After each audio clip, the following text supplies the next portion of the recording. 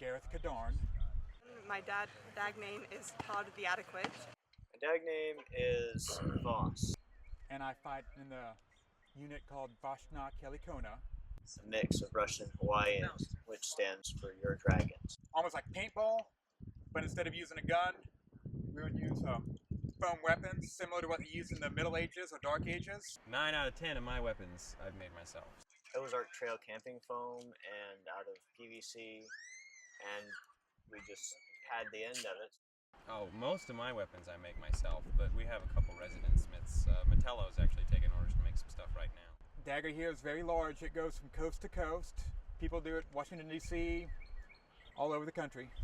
Some people do sword and shield, spears, large weapons.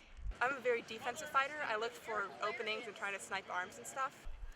My favorite part of DAG is passage battles. My favorite weapon there is a spear. That allows me to get many kills, and it's also really fun to spear snipe other spears. I am not really clear on the difference between LARPing and what this is. We don't do as much roleplay aspects as other things. You don't level up. You don't gain special powers after so many times. It's a fine line. Some people can LARP while playing DAG. Most people don't. Most people just like to hit stuff.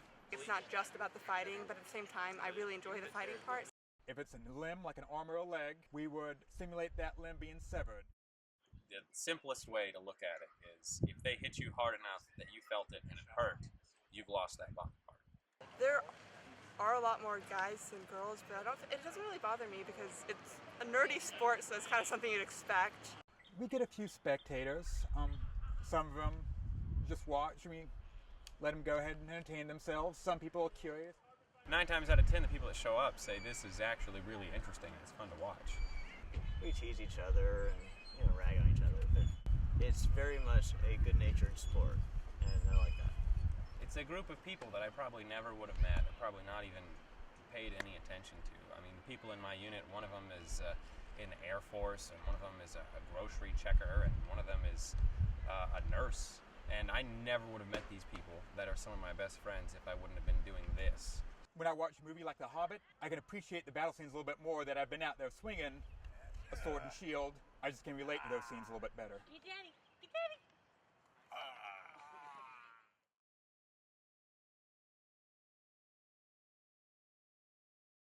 Murdaugh residents usually play games on their laptops, but more recently, 12 students have been playing with miniatures on the ping pong table. It's a game where you paint models and then you play with them.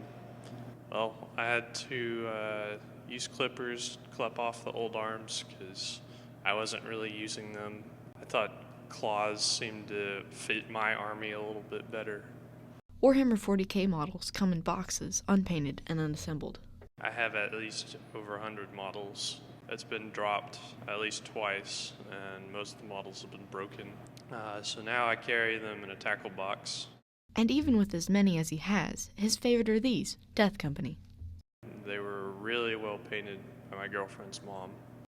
Games can last as long as 4 hours, and players spend most of that time moving their models into place. The rest of the time is for dice. You roll to attack, you roll to see if your armor saves you, you roll to see if your guys run or fall back, you roll to see who goes first. The 6-sided die is pretty much used for everything in the game. The game is considered officially over when either team loses all of its models, but that's not the point of the game. A lot of people look at it and they're like, psh, I could never do that. That takes too long. I mean, it's how you have fun with your models. Sonny Zeliff, U Central News.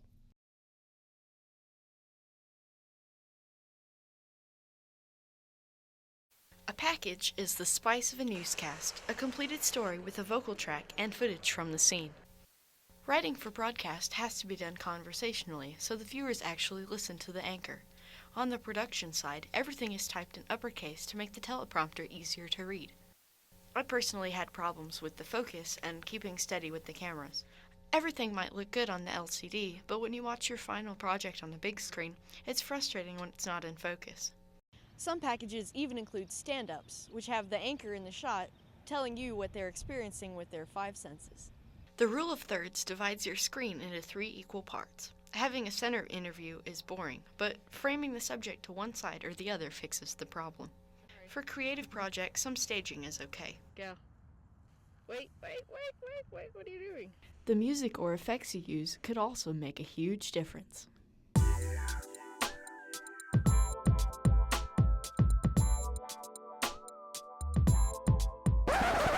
For hard news or regular reporting, it's important to remember to capture the action, not direct it.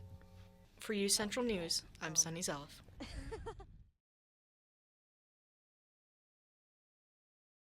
I definitely think that the design program here is outstanding. It's elite, I would say.